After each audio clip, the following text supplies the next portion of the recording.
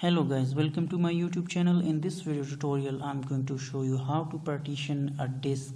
Whenever you install a new disk on your PC, you will see the only one folder or only one disk on your PC. So here you can see I have created one partition here, so I can create this from this disk multiple partitions.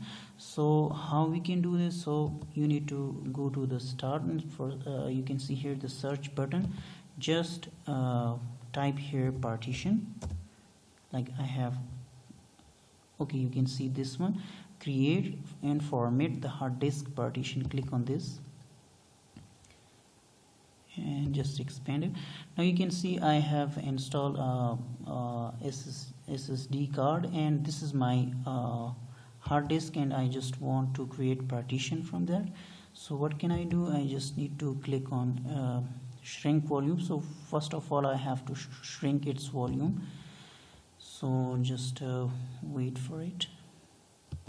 So now I want to create a new volume, a new disk. So how much GB I need, I required from I can create from these, because you can see here this disk is about 600 GB. So I want to create a 50 GB hard disk. So 50 GB is equal to 51,200 MBs. So shrink that volume from this from that disk. Just wait for it. So now you can see 50 GB has been unallocated, and we have shrink that volume from this one.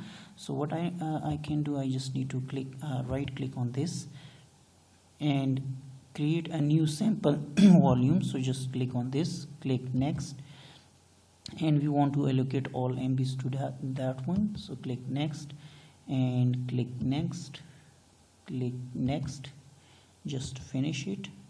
So now you can see 50 GB volume has been created. If I go to the file manager, so you can see here the 50 GB volume has been created, and I can rename it. So this is how you can create multiple disk from that installed hard disk, and you can create new volumes. So thank you for watching, and please subscribe my channel.